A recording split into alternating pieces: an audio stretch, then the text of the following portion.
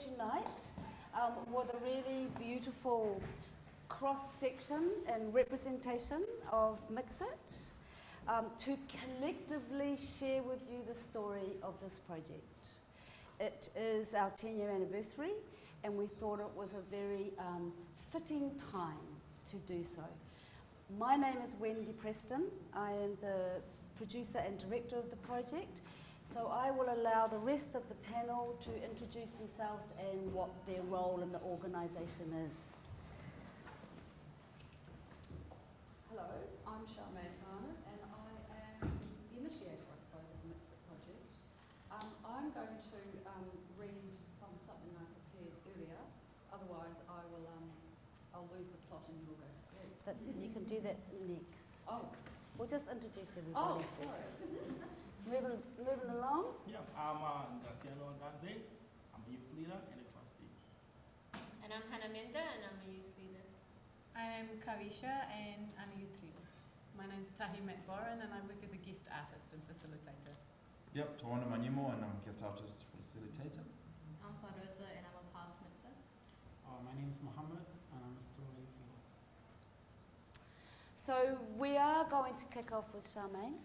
She should have the first word because she was the first voice. So go for it. Well, hello everyone. As I said before, I'm going to read these notes which I've prepared before. And to explain my role, I have to go back a little bit. One of the founding beliefs of the Ecclesian Trust, which is the small trust I run, is the belief that a strong, healthy, equitable society can only be achieved when the most vulnerable of its members are supported and nurtured.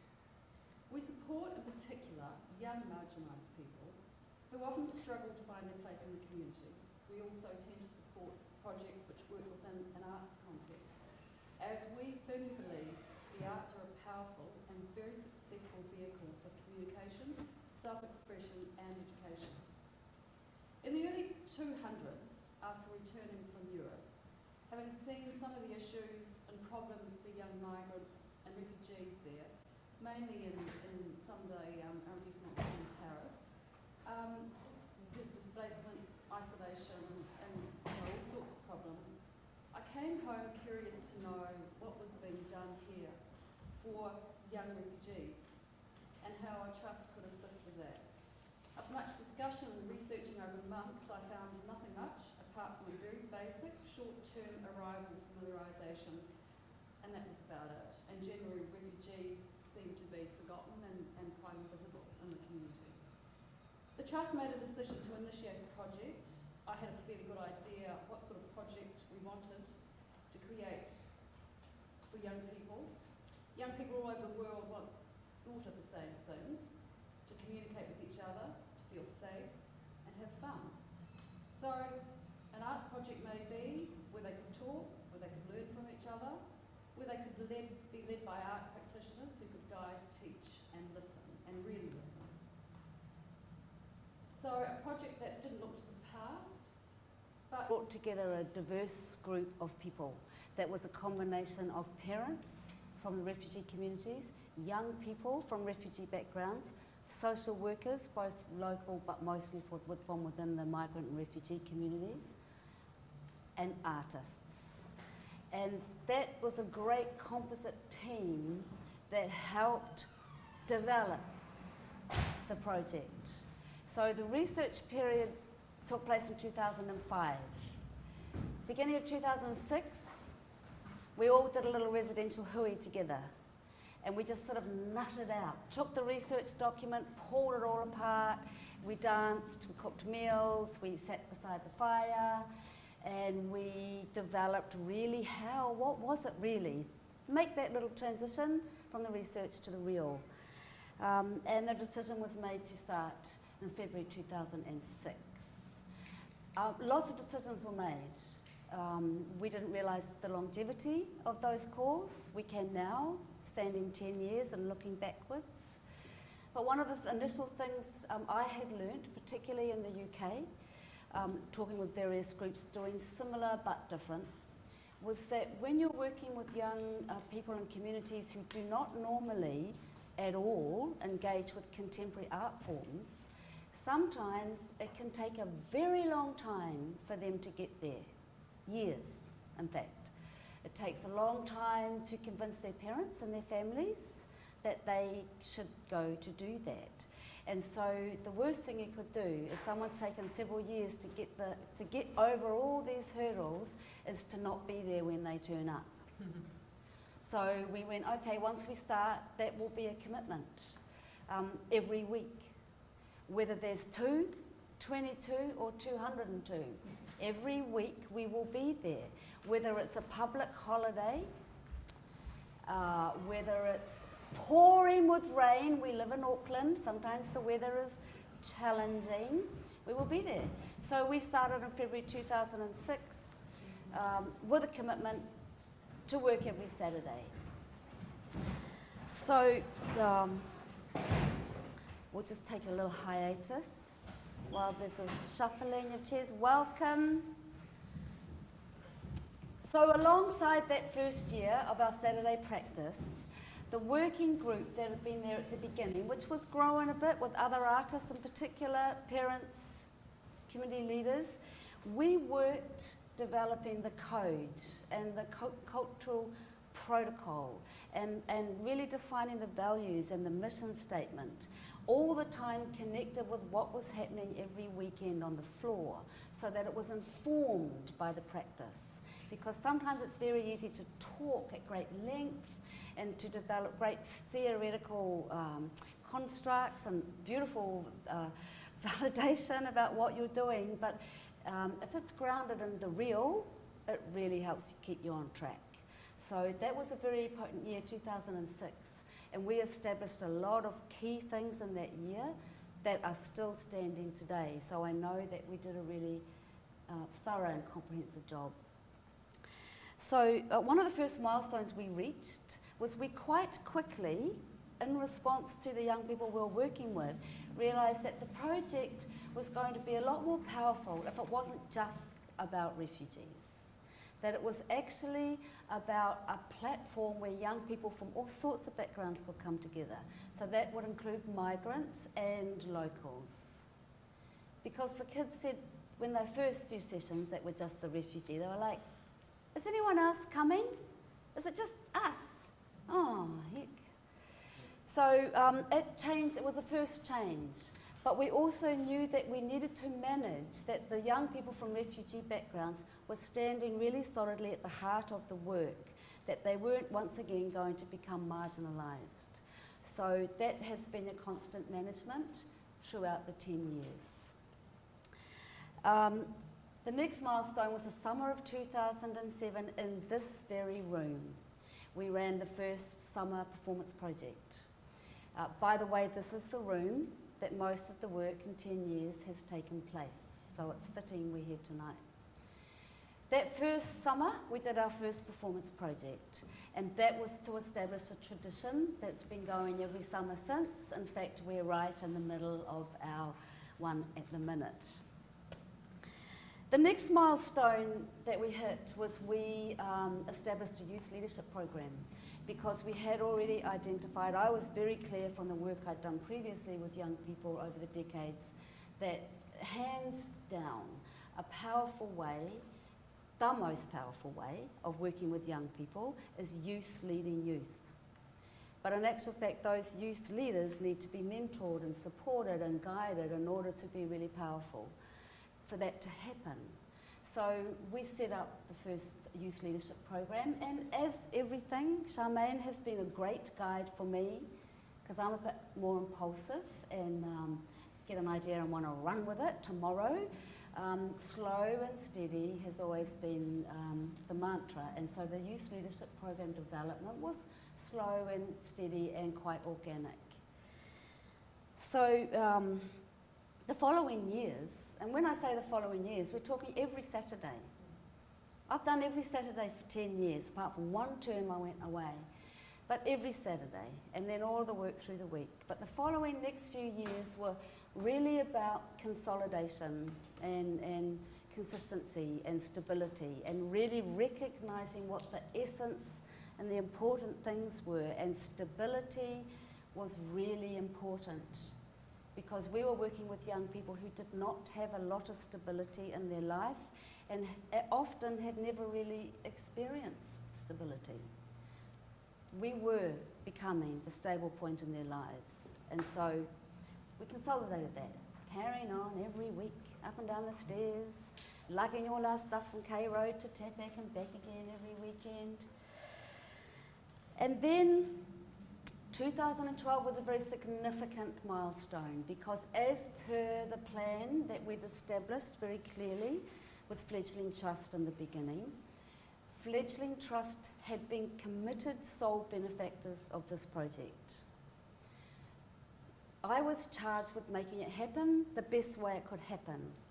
And they knew, through great vision, that if a whole lot of my time was spent running around finding money and then dealing with the inevitable compromise that comes with funding, that the vision might not be realised as well as it could. But at the same time, there was recognition that we couldn't just be continually dependent on one organisation. So the plan was that over time, once the roots were really set and solid in the ground, that Fledgling would step back, not off the bus, but step back, and that there would be a level of independence, that there would hopefully be a range of young people that were stepping up stronger and stronger beside us, and that we could then be ready to start to court other funding and move on. So 2012, that point came, and we established an independent charitable trust. That's my bell. Okay, so trust was formed. We attracted a whole new groundswell of people. We found funding sources, and most importantly, we established Friends of Mixit. We started to find, and are continuing to find, individuals in the community who really see what we do. They really get it. And they get the importance of them being there to support us financially or in kind, in all sorts of ways. We have young people that support us with $5 a week. We have businesses that do all our accounting. We have a graphic design company who do all our graphics. All of that started to come together in 2012. The next, really, I'm talking faster now because she's going to ring the bell. The next really important step was the youth leadership program suddenly went woof. And in part, that is some of these young people that are here on this panel. There are others that have been and gone, but suddenly that organic growth really came to fruition. And so the youth leaders really actively started getting involved in planning and creative facilitation on the floor. Graciano became a trustee, so that we are always about walking the talk of youth, not just doing it for them, but actually having them a part of major decision makings and how we do. So here we are, 10 years, and she's going to ring that bell in a minute. We've reached a real major milestone, and I just want to finish this point by saying we've reached this point and we are looking ahead, and we've got some really inspiring and exciting strategic development so that we want to line up without losing the core foundation, because that's the rock that keeps all of this centred. So, moving on. I've got pages left, but no. But I'm going to invite Graciano to share with you the values. Incidentally, these are values we established in 2006, and they still hold. Oh, thanks, Wendy. Well, as Wendy said before, what's of the values that were established then have been the core things that Mixit have been using to get at this point that we are today. And I have them on paper here because I didn't want to, if I come without having them on paper, I might forget something, or maybe add something that's not on.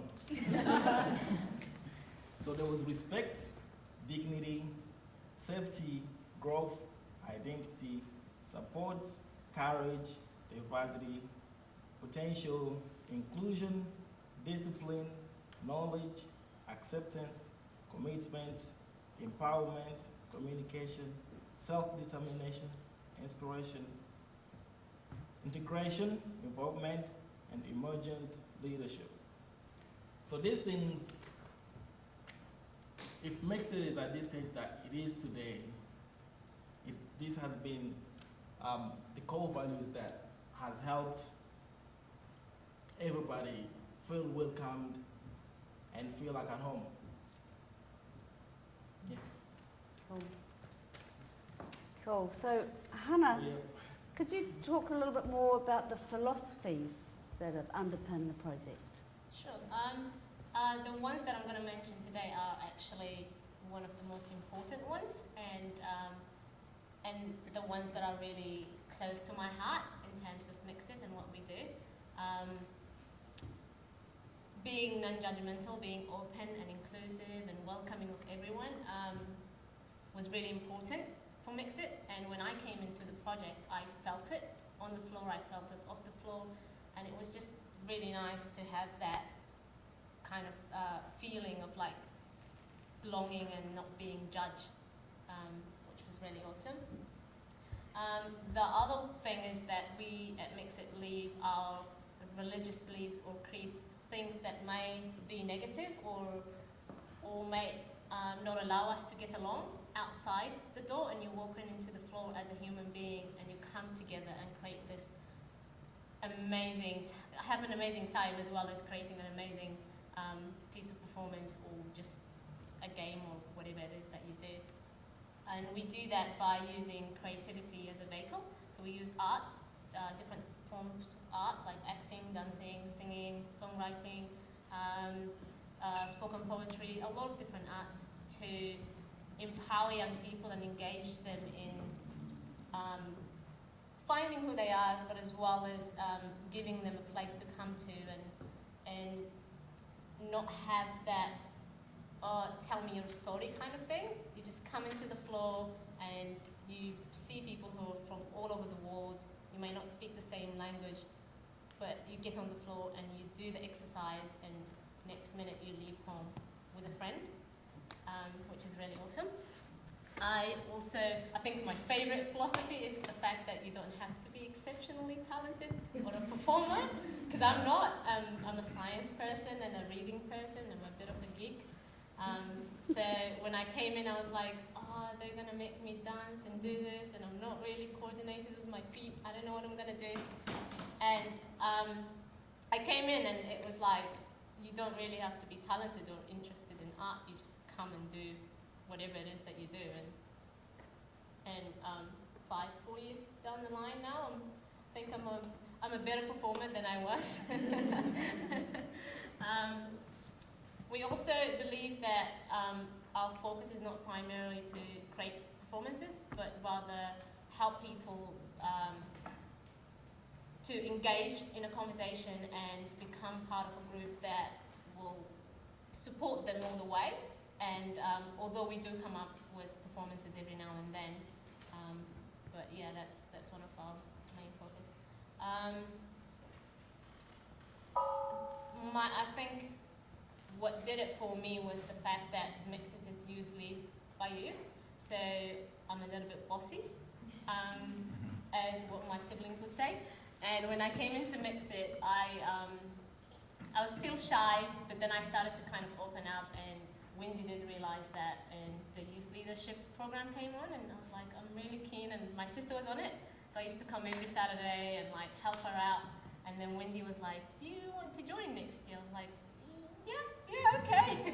So I did join, and it gave me an opportunity, and I think it gave all of us, the youth leaders here, an opportunity to see it as a skill and not just bossy. It's a skill. I want to be a leader. And the project gave us so many opportunities over the years to explore that side of us and really learn, which then led to us helping on facilitating Saturday workshops, as well as running the floor alongside the guest artists like Ty. So yeah, these are some of the philosophies. Thanks, Hannah. So let's shift, we've got here on the panel. So I'm just going to ask that you have some time to talk about what it's like from your perspective as a professional artist coming into this project. Sure. Yeah, cool. Thank you, Wendy. I guess maybe we can just talk about Tai, Yeah. Tai, what skills do you think you bring to the message flow as an artist, Tai? Well, I was thinking, listening to Hannah, that Yes. I bring everything. You and I work together. Yeah. Yes, yes, How yes. many numbers it'll be, and we are improvising like crazy. So, so when you talk about the